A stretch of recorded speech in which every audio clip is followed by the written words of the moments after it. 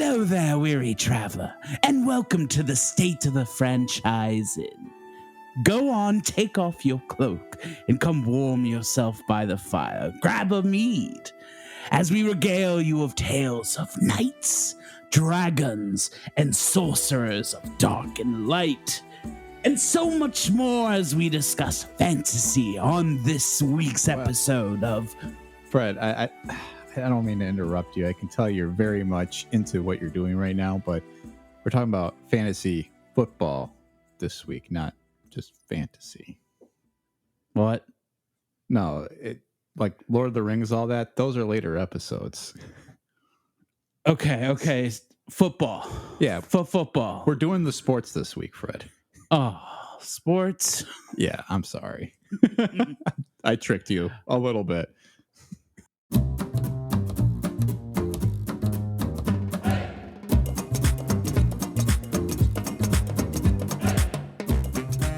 Welcome back to State of the Franchise, the podcast that discusses franchises of all shapes, sizes, backgrounds, genres, and types. I am your host, Tom Stadler, here with my wonderful co-host, the brain, the man himself, Fred Dakin. Fred, how are you? Blue 42. That's all. I don't know anymore. Like, do you just, is that like they're calling out the numbers on the shirts? Sometimes. And then they go, Ike. Sometimes that's a play call usually at the line, or like, you shouldn't be yelling at the numbers of the people involved in the play before they do it, because the other team can mark what you're doing, though. I mean, yeah, but what they might be calling out though is like if they see somebody coming towards the line on the defense, they're like, "Okay, make sure to get him." Like he's Mike. Or like that guy's picking his nose. Yeah, they're very observant. I mean, if you've watched any football, that's Tom Brady's old habit. He just likes to yell stuff and throw the defense off. So after our misunderstanding was cleared up, Fred, we are clear that this week's topic is fantasy football, a topic I'm sure you are well familiar with. Yeah. I took my tunic and my cloak off. I put my staff of wisdom under the futon. I feel like a dang fool, but I guess we're here to talk fantasy sports. That's right. Fred, you'll get your fantasy podcast one of these days. I promise you it will happen. We'll do the whole Dungeons and Dragons, like start to finish. Once we find a dungeon master. If you are a dungeon master, please email stateofthefranchisepodcast@gmail.com. We want you for an episode. Yeah, but Tom, like, you don't know that much about fantasy football. I mean, are you really like an expert to tell me how to live my life and do fantasy football? Am I going to listen to you? No, Fred. I am not somebody who's going to tell you how to spend your money or gamble away your future, even though I do dabble here and there. Instead, we have an excellent guest this week. We have Shane from the Fantasy Football Pros podcast here to talk to us all about fantasy football. Shane, how are you doing today? I'm doing well, Tom. How are we all doing? We're doing great. Tom, I think I'm going to call you out right away. Are you lying about your expertise? Because according to Yahoo Sports, you are a platinum level player in fantasy football. Maybe that's true. Tom, is this true? You use Yahoo? I do use Yahoo. It's just a coincidence that my downstairs neighbor just started working for Yahoo too. Friend of the show, Joe Francisco, now works for Yahoo. I just got a job at Ask Jeeves last week too. Hey man, whatever pays the bills. Isn't that what we're here? We're here to get advice on how to spend our money. Shane, you're distracting from the main point. We'd love to know, mainly, what got you into playing fantasy football, and why do you keep coming back to it to the point where you commissioner this league that I may or may not be a part of now? Oh, you're definitely part of. We'll see how this podcast goes. I'm trying to downplay my involvement here. It's going to make me look like I have a gambling problem if people find out I have a diamond level player on Yahoo Sports. I think that might depend on how many leagues you're in. Yes. to see if you have a problem. But I am obsessed with fantasy football, and I love beating the shit out of my friends, and this shit talking is probably what keeps me going. I think that's something that we all kind of get along with as dudes. You know, whatever the activity is, if you can top somebody in a competition, that's like you become the bro king for the day, right?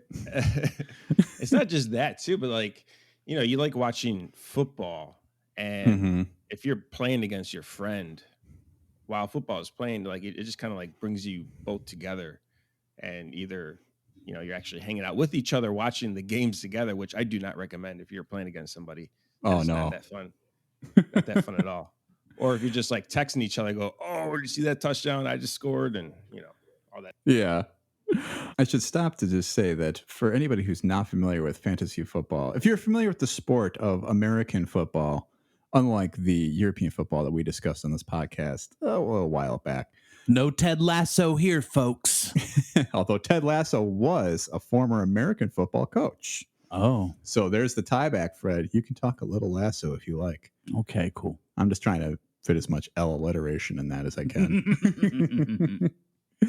But fantasy football is a online game. At least now it's an online game. We'll kind of get into that, where people are basically putting together rosters of the best players in the game. It's all customized, where you pick one after another and you compete on a week-to-week basis, where there's a unique scoring system that determines the outcomes of the matchups and who is inevitably the winner. And I guess it's a top gambling game. You could play fantasy football and not gamble. Yes. But I think everybody does, and just nobody claims it. Right. Like amongst your friends, you will talk about the amount of money that's at stake, right? Oh yeah. But since we can't promote gambling. So if you were to gamble, how does it work? Do people put in money at the beginning of the season right away? Or how does, like, if one were to gamble? Because I didn't even know there was a money part of this. Oh yeah. I think that's a big part of it. The more money that's involved, the more heated the arguments are. In theory. That's how it works in my family. Especially involving trades. Those trades, like that could get real nasty if it's like a really expensive league. Yeah.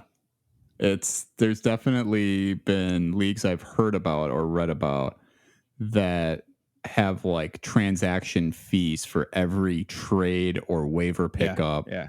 And I'm like, out of real money. Yeah. Yeah. The amount of money at the end of that season, you're probably talking, a couple grand, if not more, but if you're an addict, you don't care. Yeah. But Fred, to get back to you, what you're asking, you could just send it through like a PayPal, and the commish could just collect it all and then disperse it. And hopefully you have a good commish that's trustworthy. But yeah, you need to get people to pay ahead of time, because I've had it where someone just like quits because their team sucks, and now they don't want to pay you. And, it's just a void. You can't like physically force somebody to pay something that legally they weren't allowed to do in the first place, if that makes any sense. You're just donating goodwill to whoever beat you out of just humbleness of your heart. Is how this works. So I mean, that's definitely a big piece of the game. There's the gambling aspect, there's the competition aspect. But what was it about fantasy football, Shane, that you loved so much that you were like, not only do I want to keep doing this every year, but I want to start doing a podcast about this? Well, I loved watching. I know this is a Wisconsin show, but it's not. It's a show for everybody. We don't discriminate here. Okay. Even if we have Bears fans on this guests for our podcast. What's the fib talking about? I didn't hear. There's people in California like, what? That's the most like Midwest conversation. So I loved I loved like watching the games, and then I found out that my good friend was playing in a league with his brother and all his friends. And I was like, wait, what is this game that you guys are playing? Like you're watching the game and you're playing a game, and like you have the players. I'm like, there are guys that I thought are awesome. I'm like, oh, I would totally have drafted that guy and that guy. And then I got kind of obsessed. I'm like, oh, I could beat everybody in this league. And I didn't even play yet. Oh, wow. How long ago was this that you were like first kind of discovering this thing? It was under 20 years ago, but 20. Wow. yeah, it's been a good while. Was there a big boom with the show, The League? There had to have been, right? A lot more people just playing it. No, I think it was vice versa. I think the fantasy football blew up, and then that TV show came out because of that. Yeah. Mm-hmm. Yeah. I don't know. Yeah. I kind of feel like, just as like an outside observer too, I think I was playing at the time the league came on, but that a lot of people who played would watch the show, but it wouldn't necessarily drive a lot of people who were watching the show to go play. So at least that's kind of my feel on it. We could be totally off. We'll be finding out like fantasy football enrollment upped by like 20% following the league's season 1 debut. But you definitely have to play in a league to watch the league, to get anything involved in that at all. Yeah, because they definitely tailored a lot of the jokes to that, other than Jason Mantzoukas just going and doing Jason Mantzoukas things. No, so that's pretty interesting though. So it was 20 years, and then how long have you been doing the podcast for? This is our second season. Okay, nice. So you guys are newbies just like us. Oh yeah, we're fresh. Yeah. I mean, we're not even a year in, so this is actually, we're going to be coming up on our 1-year anniversary. Get ready. Month. Ooh. Yeah. Bust out the champagne. I know, right? Well, cheers to you as well, though, for getting into your second year. Definitely. Thank you. Some podcasts don't make it a year, so it's a big, exciting thing when that happens. So that's great, though. I think most don't get past their 4th episode. So if you make it past your 4th, you're doing well. Are you speaking from experience, Fred? Oh yeah, I've got a few dead podcasts out there in the water. I know you've got at least one. Bodied, buried out there. Yeah, I do. We had the old co-host on a while back, who also did a football-related podcast with me once upon a time. So wow, we are coming full circle. You did a football podcast? Yeah, it was a sports-related podcast. But yeah, you get about 4 episodes in and suddenly things start to just taper off little by little. Timing gets tough, but right now we got it though. We got it down. Yeah, now we're on it. And the fans really help. Yeah, we got a great fan base, and that's exciting. And I mean, it seems like you have a pretty good following. You guys are doing daily fantasy ad reads on yours? We used to. That was last year's stuff. Yeah. Okay. I don't think we're doing any ads whatsoever, actually. Well, businesses, if you're looking to advertise, you got a fantasy football podcast out there that might want you. So that's good.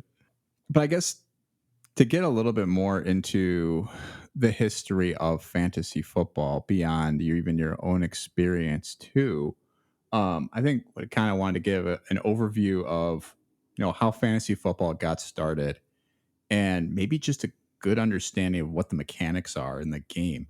So we gave a very brief overview, but for some of us who out there are not well familiar with that, and I've encountered plenty of people in my life who have never watched any football, let alone played fantasy football. So I think it's definitely helpful to understand the whole idea of the game. So I don't know if you had to give you like your 30-second elevator speech, Shane, and maybe we can go from there of how fantasy football works. How would you describe it to somebody who is maybe like brand new to it? Basically, you draft all the players on your team, actual NFL players, and then during those games, like all their stats that they compile, like their passing yards, touchdowns, rushing yards, receptions. If your defense, gets sacks or interceptions, like all that stuff turns into points, and you're playing head-to-head up matchups against other people in your league. and winner takes all. Mm-hmm. And it's primarily outside of the one defensive unit that you use as a whole. It's all offensive players, right, in the league for the most part, and a kicker, which I removed from our league because I really don't care for that too much. No offense to any kickers, they're very important in football. I just don't think that they have that great of a place in fantasy football, especially because I do so much research in all the players that I'm drafting, and to lose by a kicker and just having a good game, it's just really upsetting. Mm-hmm. So you brought up the history. Does fantasy football exist pre-internet? Because it would seem kind of wild. It kind of makes me think of you see those older guys at baseball games with their notebooks, and they're keeping track of the scores freehand. I was like, were people doing that pre-internet, or is this still a relatively new thing? So just to give some background, to start from the very beginning here, fantasy football can be traced back to 1962. Jeez. So it was an executive for the Oakland Raiders at the time who, when the Raiders were not very good, this is kind of pre their 70s dynasty, where they started winning a couple of Super Bowls.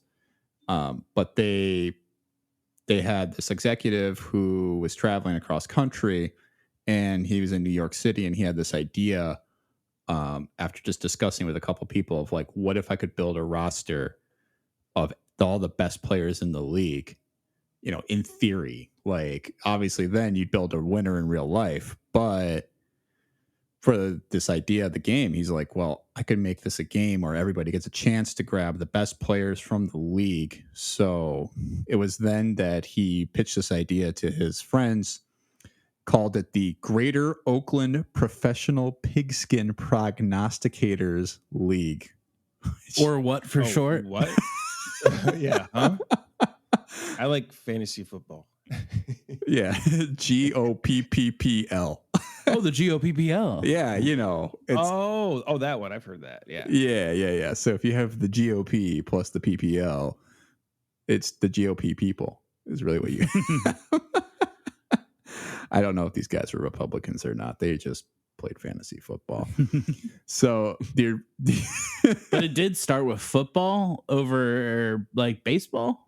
Yeah, it really does sound like the idea was that it was all about pro football. He played with a couple of journalists, consisted of 8 members in the league to make the inaugural league. And it said, and the individuals who had purchased or sold 10 season tickets for the Raiders' 1963 season were also invited to join the league, which is a very interesting idea. Now, this is an FX show I want to watch, The League, but it's like a prequel. Yeah. And it's these old farts doing it all on paper. Yeah. And they're I can't even think of any of the terminology from The League anymore. It seems so long ago. I know. Just like a bro show from that time. Right. Collusion. Just smoking 5 cigarettes. I know, right? Shane, you're going to get a kick out of this. Yeah. So here were the roster spots that were on the initial roster: 2 quarterbacks, 4 halfbacks, 2 fullbacks, 4 wide receivers or tight ends, 2 kick/punt returners, 2 kickers. We're not done yet. Hold on. 2 kickers, 2 kickers, 2 defensive backs or linebackers, and 2 defensive linemen. Wow. So that's a big roster.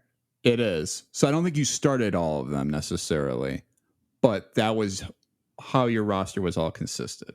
So it's interesting that the very first league had defensive players, because that really doesn't exist in today's game, as you kind of were just telling us. You can. I mean, you can literally customize your league to have anything. If we won, we could add defensive players, and then they'll get points for tackles, sacks, interceptions, and defensive touchdowns. Yeah. I mean, but that just adds it's so much more to it, Yeah. Adds a ton of different dynamics to the game to have that. So, I mean, the idea was that the entire thing was dependent on real life scoring and real life plays made. So they would have to self-report tackles, touchdowns, passing yards, the whole 9 yards. So if you're watching a standard game of football, it's like kind of as Fred said with like the baseball scorecard, you're basically watching these guys go back and forth across the field, and somebody would have to like report. They probably were using some of like the newspaper journalists' own scoring notes that they would keep stats for, like but box score, yeah. But it's crazy because even back in the 60s, they didn't keep score or keep track of like sacks or certain stats. So I wonder if any of that was even part of it. But I would guess not. No, I mean, unless they were doing this well before everybody else, and then all of a sudden they're like the NFL's like, oh, we should probably be tracking this. 20 years later, they had to like that'd be really difficult too, trying to pick players that are going to be really good and having like no internet, like Fred was saying, and not being able to transmit information easily. And you're just like, I think I like this guy, so yeah. It's like, do you trust like your friend like Micus in your fantasy football team to accurately write down all the tackles and all that stuff? Right? You're like, no, we want the internet. Yeah. Well, so keep in mind too, at the time here, the Oakland Raiders were part of the AFL and not the NFL as we know it today. So in the modern game right now, there's 32 teams, 16 teams in each conference. There's the AFC and the NFC, which are the former AFL and NFL completely separate leagues. The whole idea of the Super Bowl is that they came together to have these two leagues play to be like the champion of football in the world. So in the world of America. Yeah. I always get a kick out of that too, that it's like the world champions, and it's like, but you're the champions of the greater United States plus Canada sometimes. We're the only ones that play, so yeah. Don't forget about us. Don't forget about us, eh? Oh, yeah. So this was really not only one of the earliest forms of this game, but the first game or first real like system to use players from two completely different leagues that would inevitably become one league in 7-8 years from that point. So they were really ahead of the curve, at least as far as that goes, because then the first Super Bowl wasn't until 1967. Shane, just quick trivia. Do you know who won the first Super Bowl? Because you did a little giggle, I'm going to say the Green Bay Packers. That is correct. Do you know who won the second Super Bowl? Oh, Jesus. The Green Bay Packers. That was correct, sir. Bada bing. I'd have to razz you just a couple times as being a resident Bears fan down in Illinois. Hey, go for it. My team has been bad for a good while. So yeah, but they have multiple SNL sketches.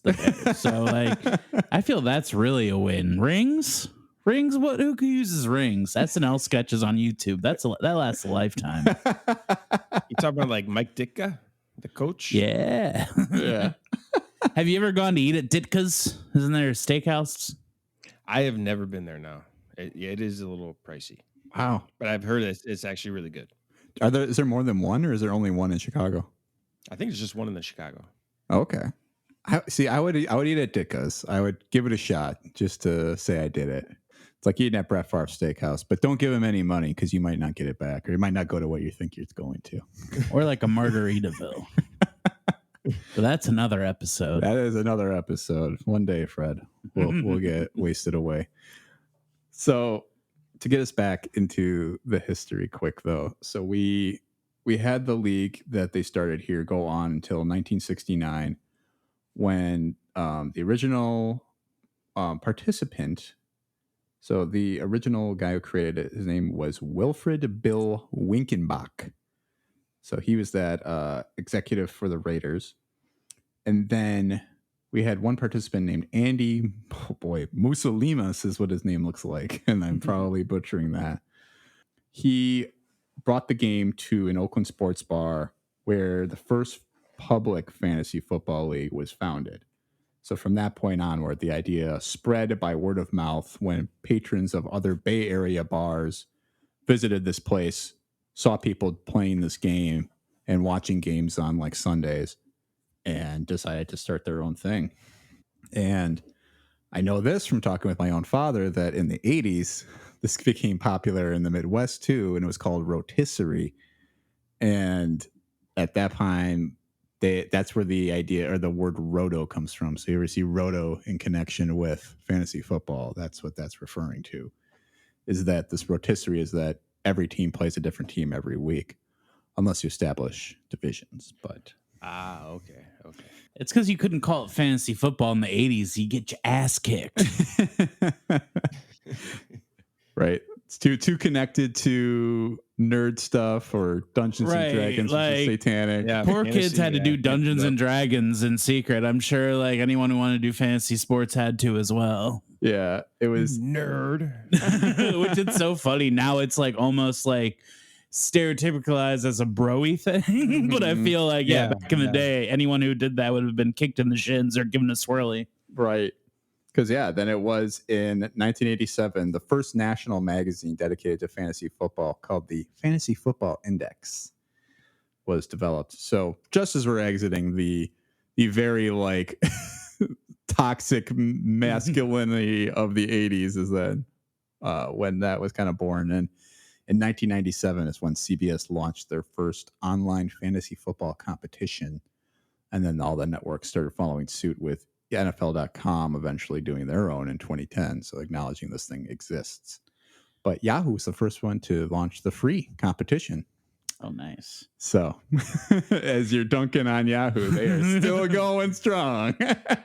I do think it's kind of genius that all these networks buy into it because it makes total sense from their perspective to get people into this because you have people who, like, oh, you're from Milwaukee, you watch the Packers, but now you're watching multiple teams because you have players on multiple teams. So now you're watching sports more and more. You're getting more and more advertising during the sports. So I feel like these companies want the fantasy football branding and just stuff behind it, I'm guessing, right? Yeah, absolutely.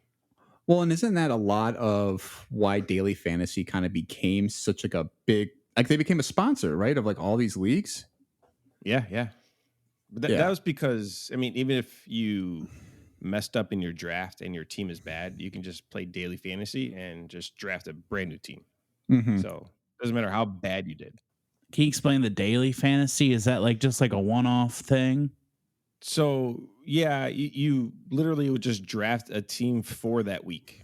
So you'll have like $100 of pretend money, and each player has like $1 value, and you just build your team that way. Oh, nice! And every week you just rebuild a brand new team. Have you played a lot of daily fantasy? Not myself, but my co-host Mark. He's the gambler.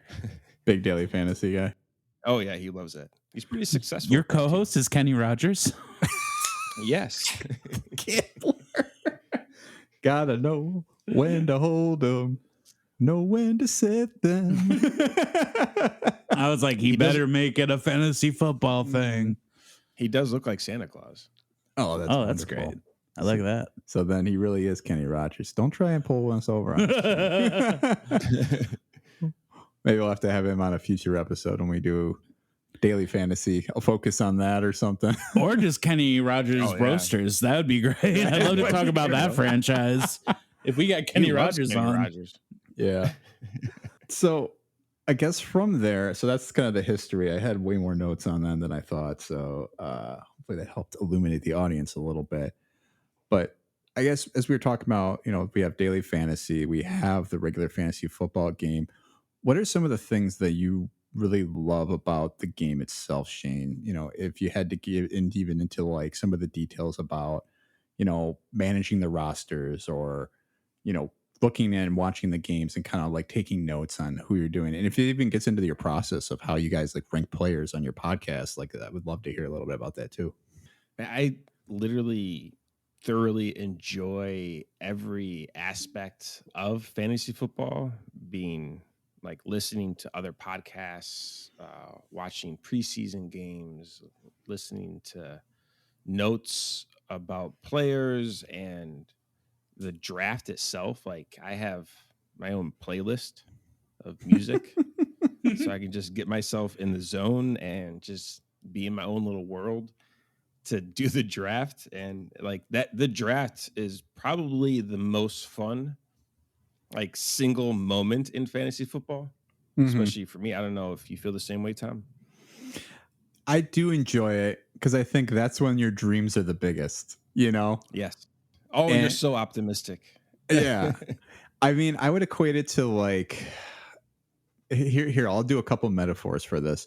To me, that's like when you have a good off season for your favorite team and you sign like a bunch of really good free agents on the market. You make a really exciting trade, and it's like I have not been hurt yet. I am just so excited for how good this team could be.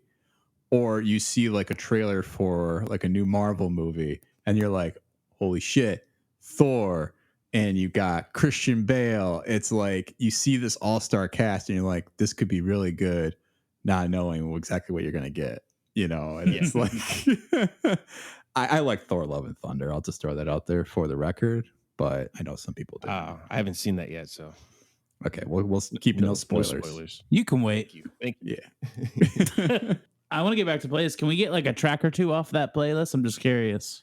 Honestly, it's just like I think it's right. It's like house and EDM music. Just stuff to get like my own head buzzing. Oh, that makes sense. I'm a Uber and Lyft driver, and that's what I listen to when I drive. Is EDM and dance music. I got like that beat going, so I love that focused energy you get from that kind of music. So I totally get that. Well, it's funny too because I think that's like the atmosphere of being in a locker room too. Is like you're listening to like this like real big hype music, getting ready for a game, right? And it's like that's going to amp you up to go and play. And so it's like that's the experience almost you get with the draft of like I'm about to go out here and assemble this mega roster that may break my heart, but they may bring me home the gold. And yeah, when you win, it's like the greatest feeling in the world, right? Oh yeah, but that draft is just like if you pull off the draft the way you want it to, and you look at the roster and you're like, damn, this is the team, right? Like everyone pretty much feels that way. Yeah, like I'm gonna win it. Until week 1 happens, you're like, oh no, I have a horrible team. What I do? I think I could tap into this a little bit more because I completely blanked out. I mean, we have lived through a pandemic, so I think I like got rid of a lot of stuff in my brain, but I totally forgot we did that Great British Bake Off. And that was kind of like a fantasy style thing. We did a draft ish. That was exactly a fantasy style thing. You didn't hear about this? You didn't know about this? So no. You hear about this? Yeah. So for the show Great British Bake Off, so I'll tell all our listeners here too. Fred and I participated in a small group league, about 8 members. It was an inaugural thing. We called it the Great British OPPPL. I had to get that in somehow. But we basically watched the first episode of the newest season, and then we did exactly like the way you draft in fantasy football, where you do like a snake draft. So one at a time, we all went down and picked the best bakers, and then sneaked back to pick it again. And then throughout the season, it was basically just a survivor pool of whoever was the last baker standing would get it. But then there would be points for if they won a certain week. You get like an extra 2 or 3 points, because I think that actually decided the winner, right? Like, yeah, or the Paul Hollywood handshake got points, didn't it? Right. Yeah, but like that actually decided it, didn't it? Because I think it was like neck and neck between the person who had the winning baker and somebody who had like the one with the most points. And that's something that could happen in fantasy football. I feel like it all comes down to how the points are spread. I mean, I would definitely say so. I mean, right? Because it's not like you're building a roster out of all the Super Bowl champion players, right? Oh no, I mean, all the teams that your players are playing on, they could all lose their game, and those players could just light it up. So yeah, like if you have a wide receiver on a bad team, that isn't necessarily a bad thing. Yeah, I mean, could you maybe walk us through? You don't have to give away all your best tips or anything, but the process that you go through when you're kind of strategizing for a draft, and even just kind of how it goes, and what you're really trying to do when you're building your roster. Well, when you're building your roster, you're trying to optimize. It gets kind of complicated if you've never done this. You want to draft all the players, but you want to draft them in the correct round, where their highest success rate could be in certain rounds. So you want those type of players. Like in the beginning, you want running backs because their success rate of hitting and actually not busting is very, very high. And then when you get past, like the first 3 rounds, it starts to get really iffy. And wide receivers, rounds 5 through like 9 are like, they look amazing. So there's no point to overdraft wide receivers early. So that would be one strategy. So as I mentioned before, I was driving Uber and Lyft. I'm driving people around. And I had a guy in my car prompted me. This is like 2 weeks ago. You play fantasy football? Oh. And I said, no, not really, but I'd love to hear what you have to say. And so, I did a little detour, so I had a little more time with him. And I got some tips and just thoughts, kind of hot takes from this guy that I want to throw out to both of you. Oh, snap. And I thought you could give me your expert opinion on it. So I don't even know what half of this means, but here's the one. Fuck CMC. Yes or no? No. No. Okay. Who is CMC? That is Christian McCaffrey, who is an insane talented running back, but he has had back-to-back like season-ending injuries. So a lot of people are very, very scared to draft him because he might get re-injured, or they've been burned by him. So they're like that guy, he got burned. So he said, fuck CMC. I've been burned back-to-back years. And I'm saying I'm still on his train. So you're ready to be hurt again. Okay, he had 2 more for me. The one more is he said Dolphin players always a good pick right now. Not always, but there are a lot of good Dolphin players. Sure. And then he said, this doesn't look like my stop. Are you going to take me to my hotel? No, I'm just kidding. No, he said, why is the door locked? Let me out. He said Cincinnati is good, but they're having a lot of problems right now. Okay. Are they having problems? I haven't heard anything out of camp. Those are just some hot takes. Yeah. I haven't heard anything bad. So no, I mean, I'm definitely going to be trying to draft at least one Bengal in both of my leagues here. So I hope so. Oh, I just showed my hand. That's how you get to platinum level, guys. You got to double down. No, I think that is it. Going back to like the draft strategy is like you're gambling even in the draft, right? Like you're trying to find guys who are going to be consistent performers, whether they're on good teams or bad teams. And it's really a shot in the dark because all it takes is somebody blowing out their knee game 2, game 3, and suddenly your whole thing collapses because you don't have anybody else to back them up, right?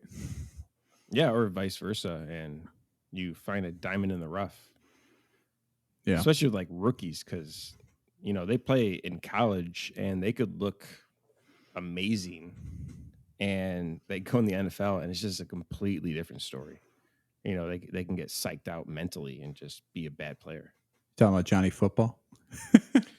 That's a great example. Yeah. I mean, he won the Heisman and then he's just bad in the NFL. I was just watching the special on Mate Teo and same thing because he has like so many things going on in his head that he was psyching himself out and he was struggling.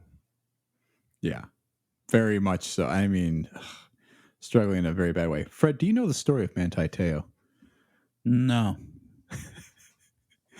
I think we have to relay this, even if it's very just fantasy football adjacent. So he was like the first guy to be like publicly announced that he got catfished. I think that's when like most people started learning what the term catfish was. So he had a girlfriend, a relationship for I think 3 years and never met her. Because I think she was supposedly lived in Hawaii, right? Like her name was like Lene Kekwa or something like that. I think she was in California. They're both like Hawaiian descent. Okay. But yeah, but she was a he at the time. And I think that was like the major issue why. But it's just a weird story. And this is a football player? Yeah. So like Notre Dame too. So remember, it's big Catholic school, like Rudy. And then people thought that Te'o was involved in it. Like he catfished himself to have like a better story and get drafted higher in the NFL. Oh, wow. So it was like a victim getting blamed for, yeah, it's just messy.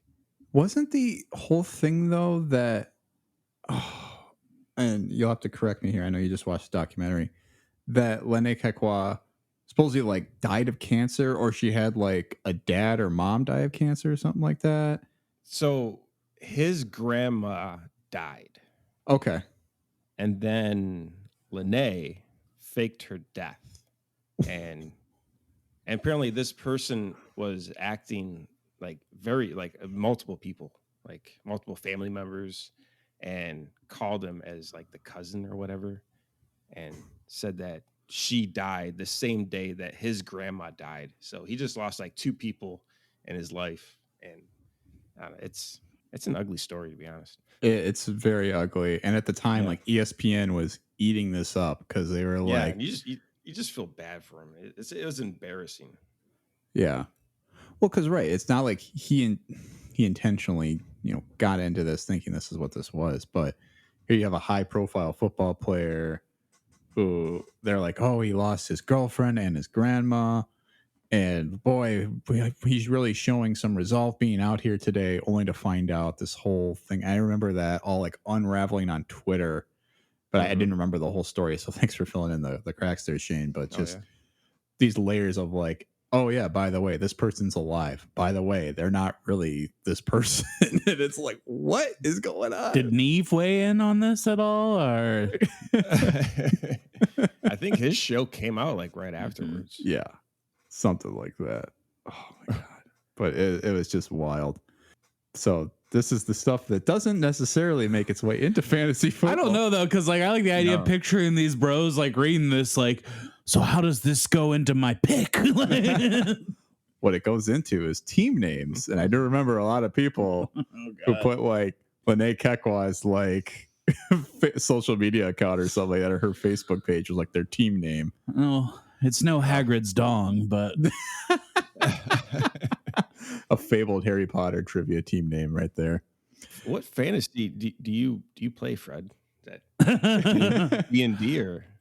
I'm not really a actual fantasy person. I just thought because I'm not a sports person that was gonna be my end. I probably would have been kicked out of either group. The kids playing D&D or the kids playing football. It's like you're not weird enough to hang out with us, and you're not in shape enough to hang out with us. So like you gotta just go draw in the corner. Now, could I not call out though, Fred, that I believe you said you played football before though, correct? When I was little, I played football, but the thing was, I was in 6th grade and I was so overweight, they made me play with the freshman high school kids. God. So I was getting clobbered all the time. It was not a good time for me. Oh. And I kind of wish I would have waited till high school because they don't really do that weight class thing in high school. It's just like, if you're big, good, you can knock people over. I think I would have thrived a little bit more. But yeah, it was not a good experience. Well, I can see why now. Want to play. Yeah, now you know why I don't do sports. This is like Fred's just skeleton in his closet. But I'm unpacking it though, because I do have thoughts. It's like, my anti-sports stuff, I think, is probably just what's that psychological term where you like keep telling yourself the same thing for so long that it's just like almost like a preset brain like, I've been saying that for so long, I'm not even actually taking in the thing and deciding whether I like it or not. I know what you're talking about. I don't know the term, but psychologists, call in. I need your help. State of the Franchise Podcast at gmail.com. Let's hear from you. We're not going to get live call-ins, though. It would be kind of fun if we could do that one day, kind of like Frasier. I've always had a dream about that. I'm listening. Back to fantasy football, though.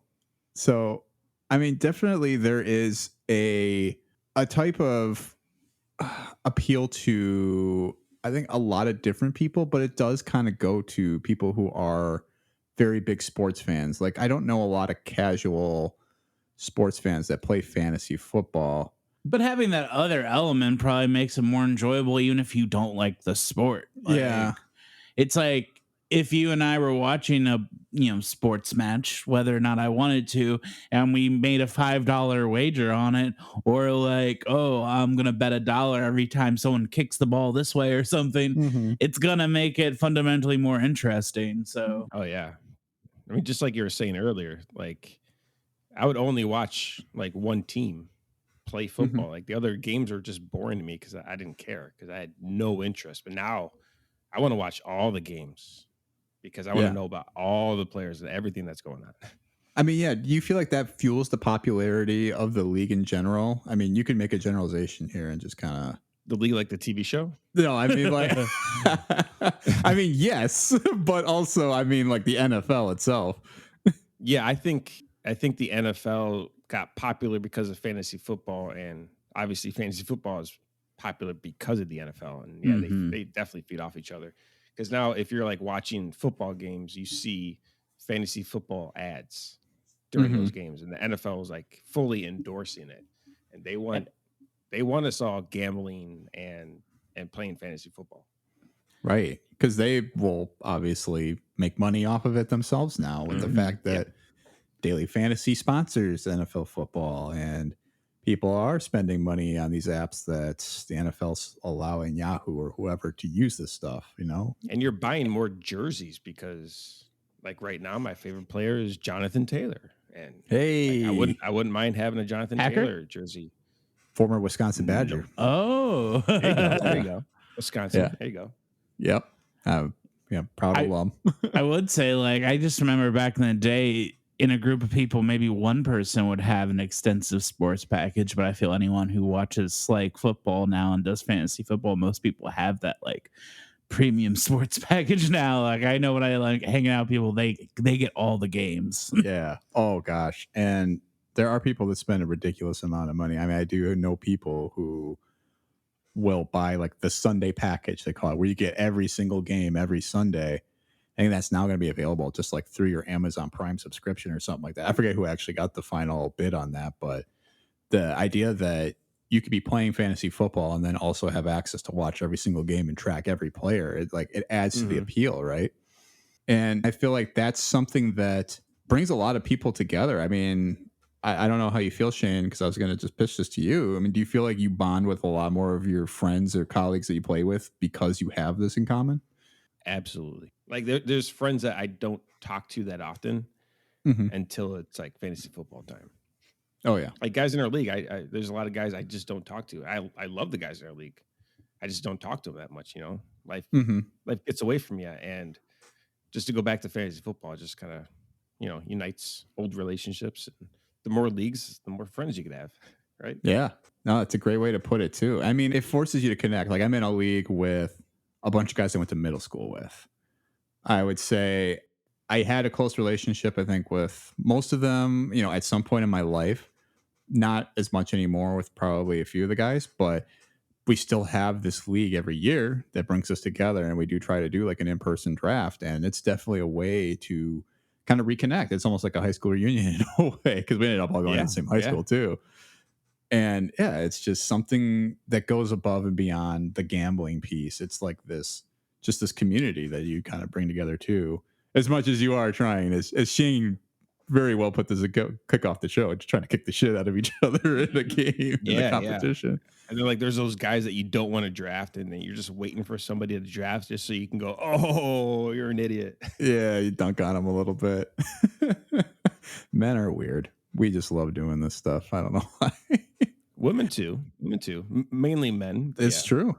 Yeah, it is probably primarily men still, but there are a lot more female identifying players now than I ever recalled growing up. I mean, I'm in a league with my sister. Like that's adds a whole new layer to sibling rivalry. Oh yeah. Yeah. I don't like playing against my sister-in-law, so. No. No. Because what is she, Shane? Is she a reigning champion? Did she win last year? She did.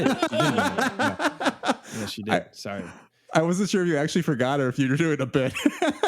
No, I legit forgot. Yeah, she did win. No, I don't like playing against her because we had like 2 or 3 games in a row where she was beating me. It was like a done deal, and I sent her the text GG, and then like I wake up in the morning and I won by like 0.3 points. And I just felt like really guilty because I'm like, like either like after the games are over, like a stat would get corrected and give me more points, or like it would just be some errant pass at the very end that gave me the win. So, and it happened too many times in a row. And she had a much better team than I did, and I just kept on beating her with just dumb, stupid luck. You can feel okay that she took it very well. When I say took it very, no, she didn't take it well. Yeah, I don't think she was. She was a little unhappy about some of those results. I don't blame her at all. Yeah, but that's just the nature of the game. There's, on top of the strategy that you're talking about in the draft, on top of, all the things that you can do and study, it sometimes just comes down to luck, right? Like somebody just has the craziest performative week, and you're like, wow, how could we have ever predicted that was going to come? Mm-hmm. Yeah, you don't have to be knowledgeable of football to randomly pick a bunch of guys and get lucky. Yeah, they do to give you a nice little boost up, help you out a little bit. So I guess with the things that, we've talked about, what makes fantasy football very enjoyable, some of the things that are kind of the trademarks of it.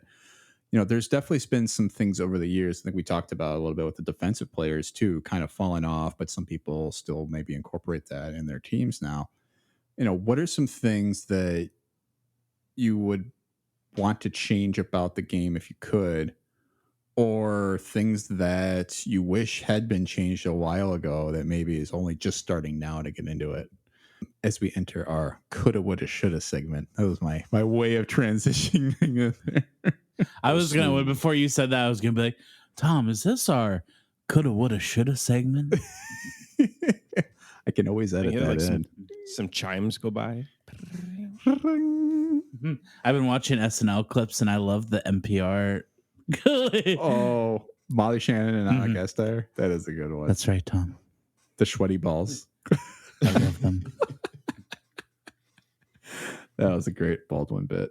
I would say, back in the day, you could just. I love how now we could literally customize a league to have anything that you want. If you want kickers, you want touchdowns to be your thing. If you just want like yards to be a thing. If you don't like quarterbacks, you can remove quarterbacks from a league. And it would be really cool if you could have done that back in the day. But, as this game gets more and more popular, more money is thrown into it. So it just continues to improve. Yeah. And it is wild. I don't know if I was part of this league or if I heard about it, but somebody had 2 quarterbacks in your starting roster. And I was like, whoa, okay, wait a minute. How am I going to field 2 good quarterbacks for a week? That's called the QB premium, I believe. And that's when you're drafting a quarterback in the first round. That's the only type of league that you'll be doing that. So this is a strategy as well as... Yeah.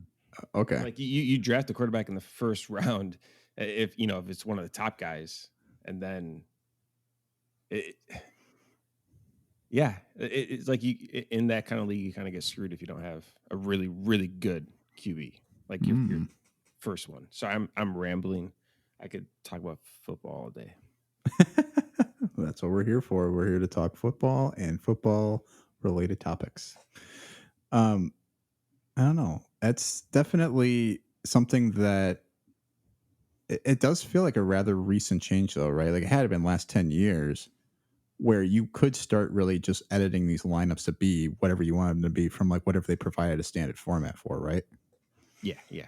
Pretty much when I made our league that you just joined, which I think it's been around for about 10 years. Okay. So yeah, I think that's pretty accurate. So that's when it all got going. All right. Man, so 10 years in. All right, I'll try not to mess it up. Sorry, we can just boot you. Yeah, I was gonna say if I don't finish top 8, you can just let me go. You don't have to be in the top to stay. You can be bad at fantasy football and stay in our No, league. hold me to standards. I want to be held to a level where I could be ejected at a notice. Well, Mr. Diamond Platinum status, I think you'll be fine. Fred over here is just eyeing me up like this hidden life you've had. Oh, yeah. You gambling freak. The trophies this man has won. Yeah. You won 2 leagues in a year.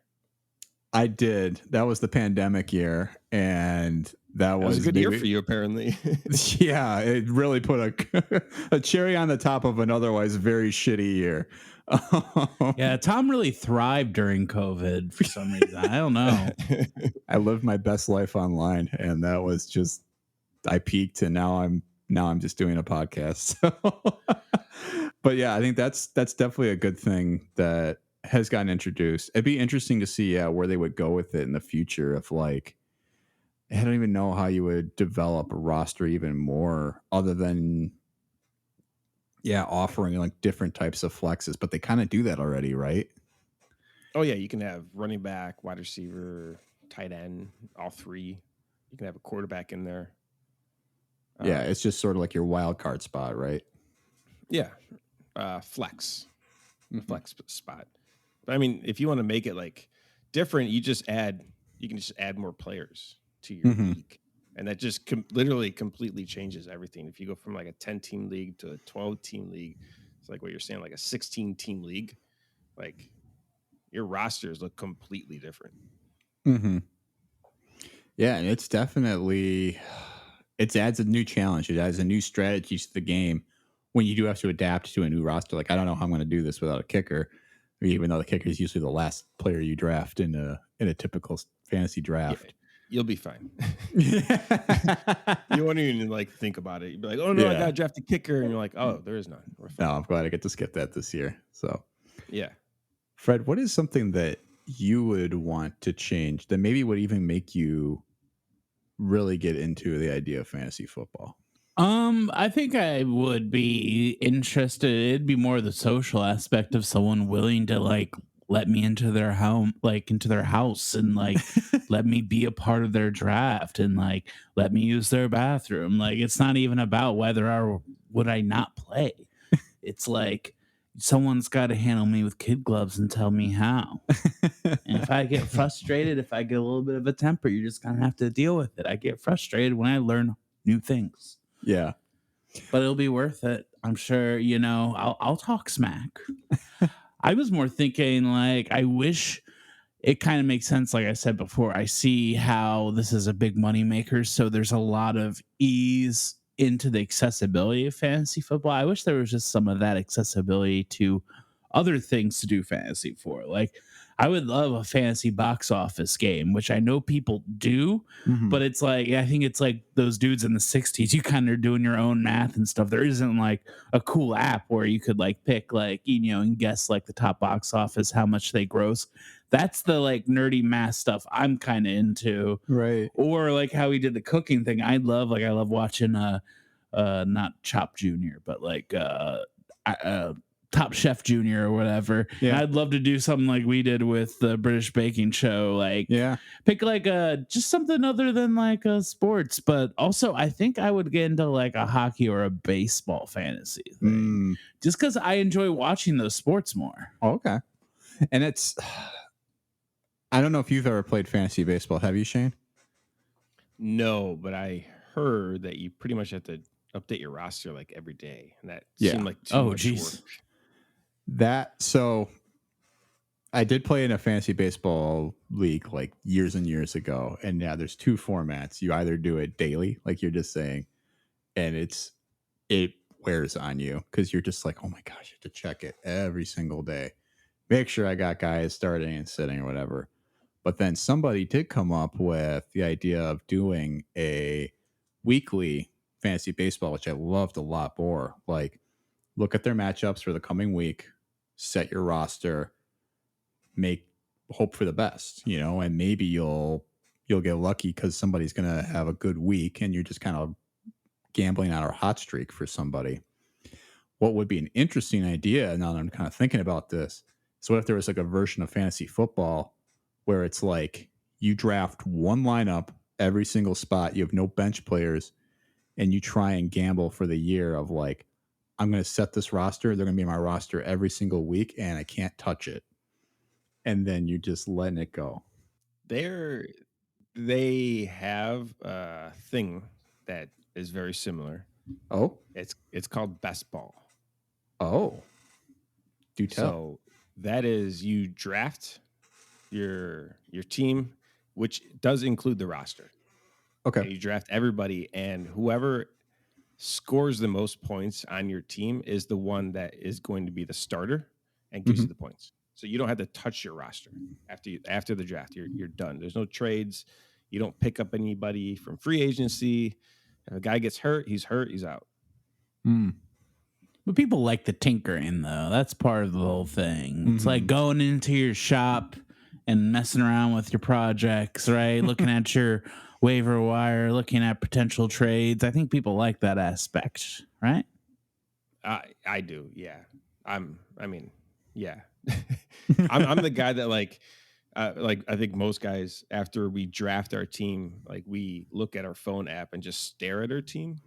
My wife would be like, "What are you doing?" I'm like, "I'm just staring at the guys." Like, you're just thinking of what could happen with them and the greatness.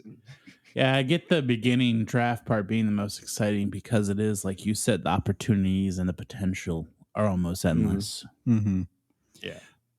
But yeah, I think there definitely is an appeal because I think we didn't even really get into it all that much. But yeah, you can trade players with other teams. You can, drop guys and pick up new people. You can, put somebody on your injured reserve and then pick up somebody else to start in their place. And then you get that guy back later. So, I mean, there really is a lot of management that goes on throughout a season, right? And oh yeah.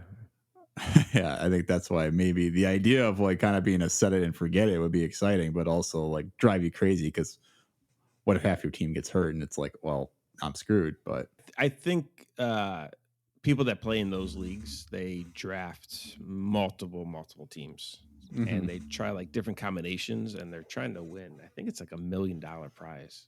So, holy cow. Yeah, are the daily fantasy competitions, aren't they pretty lucrative, like $1 million or something like that every week? Oh yeah, they can be. Those are so hard. Either one. I mean, it's so hard to actually win it. You need the perfect combination. Yeah. I don't know. It just seems like it's more luck than even the regular fantasy football it's a lot of luck. Well, because you literally, to win, to really win money, you need that big name star that goes off. And then you need to fill up your flex position with a no name that happened to have an amazing week. And that was the perfect combination for you to top everybody else because you're playing against, 1 million other people. Yeah. Yeah, that's intimidating. Is this what Moneyball's about? Kind of. I can tell by both of you. It's kind of what it's about. I didn't know what that movie, I didn't know what was going on during that. I keep bringing it back to baseball, don't I?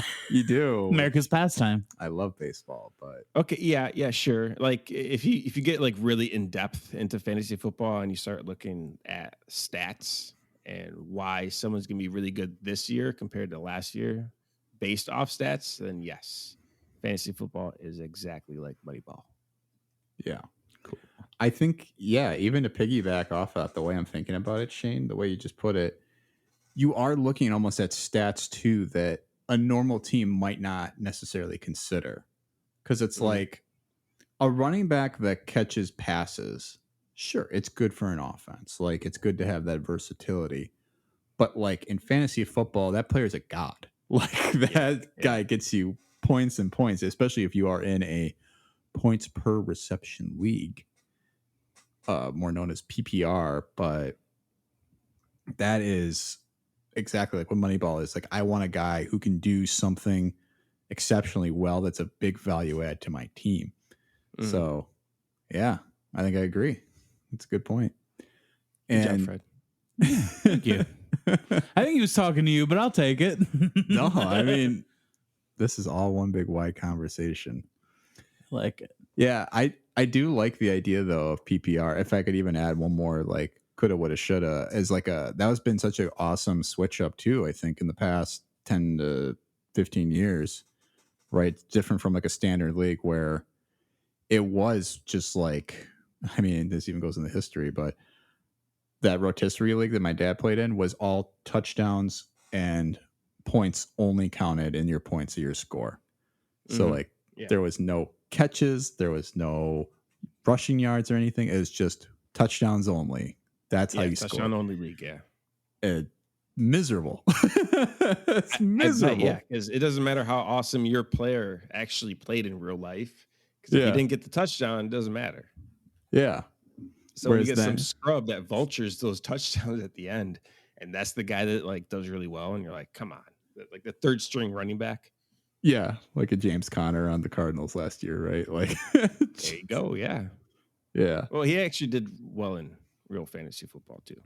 Yeah, for sure. I mean, anytime you got a guy that scores touchdowns, he's a valuable player. But I mean, so yeah, you had that format, then you go to like the standard format, which is like, okay, rushing yards, touchdowns, completed passes. But then it's like you add this element of like PPR where it's like you get every catch that a player makes also counts for a point. Like that changes the game a little bit. And where I'm getting to here, this long little diatribe, is there a scoring system even like that doesn't exist yet that maybe you'd want to see? Honestly, every like year, I just kind of maybe tweak our league a little bit. Mm-hmm. And as of right now, our league settings is exactly like how I want to play football in like every fantasy football team I have. Oh, great. Yeah. Because and I want it to be fun for everybody involved, not just myself. So sure. I think that's what helps make a better league is, democracy, I guess. Yeah. So you wouldn't be the guy who'd be like, okay, if a quarterback throws an interception, it's minus 10 points or something like that. Like detriment point destruction or something like that. No, but that's interesting. I mean, we could always try that. Yeah, like that's the type of thing I'm thinking is like where like, I mean, a fumble or an interception right now is like minus 2 points or something like that in a standard league. But like if you made that like minus 10, well, yeah, that changes the outcomes of games like crazy. Yeah. I mean, some guys are really, really talented, but they fumble a lot. And if they're like just giving you negative points for a week, even though they're really talented, that would definitely change the game. You'd become like a Bill Belichick, and once they fumble, you just bench them. And he loves to do that. That's for damn sure. So to get to the end of our show here, then we move on to our power ranking segment, where every week we do a top 3 ranking. Occasionally we'll do more than top 3, but this week we will do a top 3. And I wanted to ask, well, both of you gentlemen, and maybe you can give you a little abstract, Fred, with this one, but your top 3 fantasy football memories. And this can be things that you've participated in, things you've heard or read about fantasy football, or just things that are fantasy football adjacent, like the show The League. I loved when both Darren Waller and George Kittle broke, was it the yardage record for tight ends in a game, and they both did it in the exact same year. And I think they even did it like back-to-back weeks. Mm-hmm. And if you had that tight end in your roster, like it was just a guarantee win. That's to me one of them. The second one, and this is what I was like really proud of, is I drafted Alvin Kamara in his rookie year at the very last pick in the draft. And that allowed me to keep Kamara for the next 2 seasons in that exact same spot.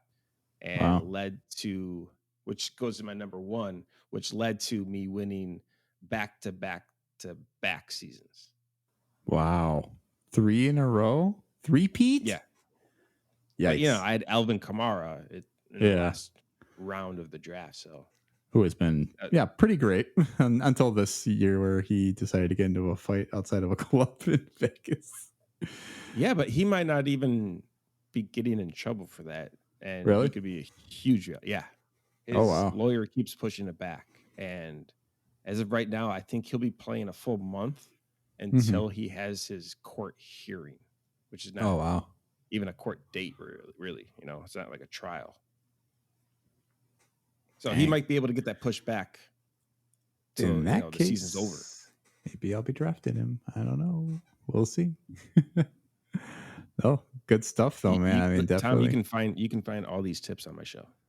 Yes, Fantasy Football Pros. I will say that, and I know we're going to let him plug the show, but I did listen to some of the show, even though I don't have any really knowledge of players or the game.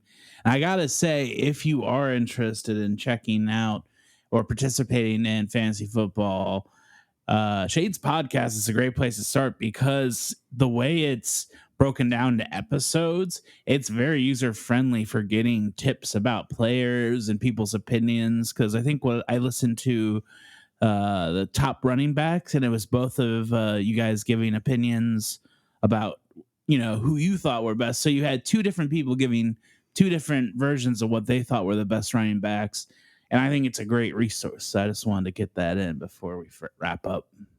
Thank you. Yeah, that's what we liked, is that we don't share our opinions until we get on the show. And that just gives us, two different viewpoints. And it kind of makes us really competitive against each other, to be honest. And right now I know that there's a player that we're both fighting for, and I'm kind of upset about it because I think he's going to win that part. But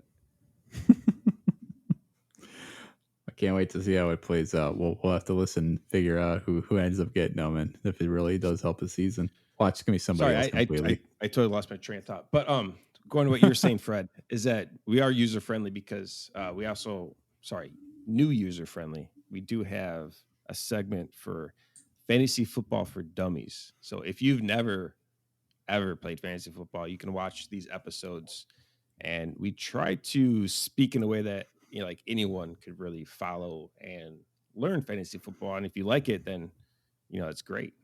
You can watch other episodes. But yeah, we try to make it as easy as possible. Yeah, definitely be a good resource. Like, I understood everything that you guys were talking about. Maybe just the names were unfamiliar. I'm sure, if you don't follow football at all. Yeah, it's stuff that, I think once you get in the door, those are the names like you start to learn right away because they're the people you see every week then, right? And you're following. So that's part of like, I mean, I think that's the one thing I think you guys do a really good job of is you bring people into the door, show them around. Like, here's the space. Okay. But now you got to meet all the coworkers you got in here. Try to, figure out what everybody does for the company. Mm-hmm. If I could even make that metaphor. Cast and crew. Yeah. No, those are great memories and great shout out for the podcast. And obviously we'll give you a chance to talk a little bit more about that a little bit. Fred, any memories that you would share just about things that you've, I love this car ride that you talked about earlier too, because it sounds hilarious. When our fellowship was deep in Mordor and Gandalf made a decision to sacrifice himself to the Balrog, that was one of the greatest moments in fantasy that I've ever seen. So wait, you said that you weren't dorky enough for the D&D crew, right? No, that's what's so surprising. I would say my number one memory of fantasy football was just made today with you fellas. Oh, that warms my heart. Fred is a sweetheart. He is sweet, and he will get his wish eventually with some Lord of the Rings. Not to tease that for, I think maybe like the second time in 4 weeks, but we might be having something coming up down the pipe for that. Oh, nice! I am excited for that show too. Yeah, I love those guys. That's maybe what we're piggybacking off of a little bit is that Amazon Prime's got a show coming. So if you want that other fantasy element, maybe tune in and keep an ear out for something in the future. But that being said, as far as fantasy football memories go, you did mention a season where I did win first place twice. That's obviously the top of my board because it can't be beaten. But what's fun about that, and how I'll pick up off of what you were talking about before, Shane, with Alvin Kamara, I had Alvin Kamara on one of those teams that season, and that just happened to be the championship game falling on that Christmas night game where he set a record in the league for scoring 6 touchdowns in a game. Yeah, I was at work when that happened, and I didn't even realize. I just looked at my phone. I was like, "Oh man, I am kicking ass this week." Until I got home, and I was like, "Whoa, what'd you do?" Like, oh, I won just because of Kamara. Wow. Yeah, the game was over. The week was over before that game was even done. I had won the championship by like 8:00 that night. It was crazy. Yeah, and I think he had like 4 touchdowns in the first half too. So yeah, it was insane. it wasn't a slow start. It was a Christmas miracle, if you will. Oh, those are the best. I didn't know they had games on Christmas. It's becoming more popular. Yeah. And Thanksgiving. Yep. NBA and NFL on Christmas Day. Thanksgiving, I like. That's always a vibe on Thanksgiving, right? It's a great Cheers episode, too, where they're watching games on Thanksgiving and they can't get the turkey to cook. I would say, though, my other two, I did enjoy the league. And one of my favorite things was Taco in the show coming up with his like Faceplace social media app where you would come up to a literal plyboard and you would post a photo on his wall by putting a knife into the board. It was him and Jason Mantzoukas coming up with this this whole concept. It was just so stupid and it brought me so much joy that I had to bring it up because sure, I can go through all the fantasy football accomplishments and memories for myself, but there's something about the comedy part of me that really got a kick out of that too. I think for me, I just want to say for the league, my top moment of the show was just the genius casting of Jeff Goldblum as Ruxin's dad. Oh my gosh. He was perfect. Like he looks like somebody who could be Nick Kroll's dad too. I think that's what's funny about it. Oh boy. The last thing I'll mention is one of the leagues I won. I basically got booted from the league because there was a witch hunt about the idea of me introducing this, and I can't believe we didn't talk about this either. But I introduced what's called a where you bid. What is that called, Shane? Auction draft. Auction draft. Yes. So I was in a league. Yes, I was in. So there's different types of drafts, Fred, where you have your standard draft where we're talking about it's like, you know, we do the snake order, like everybody goes one and then you go back in reverse order and everybody picks one at a time. So then there is also, which is in a keeper league, the only kicker there is that kicker for a guy who doesn't have a kicker in his league. There is no kicker, no. But where you get to keep players that you drafted from the year before and carry them over to the following year. And so that takes the place of some of your draft spots in your snake order. And then there's a third type of league where it's an auction league where basically you do it like a silent auction where a player goes up for bid. You have like 200 fake dollars and then everybody throws down as much money as they're willing to pay for that player. And that's how you draft them.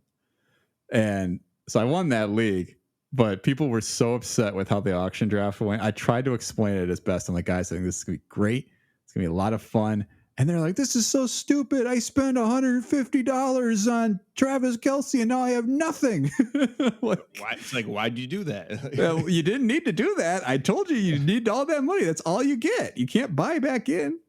And yeah, I did not get invited back the following year, but that was one of my favorite wins because I basically felt like I slanted it in my favor. So you won and they just didn't invite you? I was like, I didn't even get a chance to defend my championship. I was like, this is garbage. Tom stacks the deck Stadler. Look, you can't become a fantasy platinum diamond player without cutting a few edges, you guys. I feel like you shouldn't have been cut though. Yeah, me too. I normally like if we want somebody out of the league, like I feel like it should be a league vote and not like just one guy that is probably upset with you because you kicked everybody's ass. because he spent, 75% of his money on one player. Yeah, right. And everybody just misused their funds. And I'm like, I told you how it worked. I think what actually happened is I don't think they redid that league that year for the next year. But I like to think that they just kicked me out and then did it on their own without telling me. Out of spite. Yeah. They quit fantasy football after that, Tom. Yeah. They couldn't even bother after that. They're shaking. I know. Mm-hmm. It's awful. I'm a bad human being. All right, Shane, and lest we let you go, I feel like as you do so well on your podcast yourself, you recommend great players, as Fred brought up earlier. Is there maybe one or two players you could give people a little tip on, somebody to keep an eye on this season if they are going to participate in fantasy football? Yes. There's one guy I am very excited about, and that is Courtland Sutton of the Denver Broncos wide receiver. He's always been a very, very talented wide receiver. He's just always had a really bad quarterback. Mm-hmm. He's coming off an ACL injury a couple years ago. Typically, the next season, they're not that great, and he came back and he kind of showed it wasn't all that great. Now he's gonna be 2 years removed from that injury, so he should be his full health. And now he is playing with a future Hall of Fame quarterback, Russell Wilson, and I think it's just gonna be a very dynamic duo, and he's underrated. Mm-hmm. I think he is going to be this year's Cooper Kupp from last year. Ooh, okay. You heard it here first, folks. Look for Courtland Sutton playing with also a Wisconsin Badgers alum, Russell Wilson. Well, his last year in college anyway, but we don't talk about that. He's just a Badger. We don't talk about Russell. No. I was even thinking we were going to do a Ciara song. Sierra? His lovely wife. Let me see you 1, 2, throw. But Shane, we are very appreciative of you coming on our podcast this week to talk all about fantasy football. We know we've talked about it a couple of times, but we have our plug segment here at the end, and we'd love to give you an opportunity to talk about anything that you would like to share, whether it is your podcast or anything else that you're working on. Well, thank you so much for letting me be on the show. Got a podcast, Shane and Mark. We are the Fantasy Football Pros. We're on all the apps. And if you guys actually have any personal questions, if you do follow fantasy football, you can always email us at hello@thefantasyfootballpros.com. Awesome. Yeah, that is the Fantasy Football Pros. So look them up. Fred, anything that you would like to plug this week? I'm getting married this week. Yeah, by the time people listen to this, I will be a married person. So congrats. Deal with that. Yeah. It's going to be a lot of exciting times still coming up here. Big life changes as we reach our first year of the podcast, but bringing people into your life is what it's all about, right? Definitely. So congratulations in advance to you, or I guess congratulations in posthumous from that. Yeah, I like it. Yeah, I mean, yeah, you'll be married by that point. I will just mention that we are on all your platforms that you can find podcasts. State of the Franchise, please rate and review us. If you want to send us an email, we mentioned State of the Franchise podcast at gmail.com.